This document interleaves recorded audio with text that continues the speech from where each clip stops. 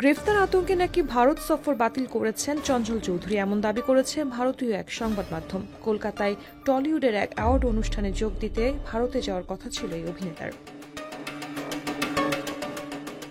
জানা যায়, অ্যাওয়ার্ড অনুষ্ঠানে অংশগ্রহণের কথা থাকলেও শেষ মুহূর্তে তা বাতিল করেন চঞ্চল। তবে এই বিষয়ে চঞ্চলের সঙ্গে যোগাযোগের চেষ্টা করলে তাকে পাওয়া যায়নি বলে জানানো হয় ভারতীয় সংবাদ মাধ্যমের এক প্রতিবেদনে। এতে দাবি করা হয়, ঢাকার বিমানবন্দরে সাম্প্রতিক নিরাপত্তা কড়াকড়ির ফলে গ্রেফতারের আশঙ্কা থেকেই এমন সিদ্ধান্ত নিয়েছেন এই তারকা।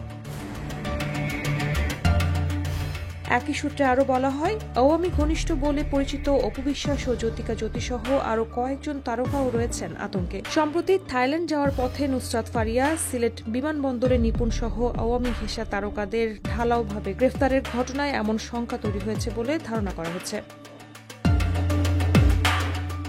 গত বছরের আগস্টে ছাত্র জনতার গণ অভ্যুত্থানের মুখে দেশ ত্যাগ করে ভারতে অবস্থান নেন সাবেক প্রধানমন্ত্রী শেখ হাসিনা। এরপর থেকেই আওয়ামী সমর্থক শিল্পীদের গা ঢাকা দিতে দেখা গেছে। তাদের অনেকেই এখনো প্রকাশ্যে আসছেন না।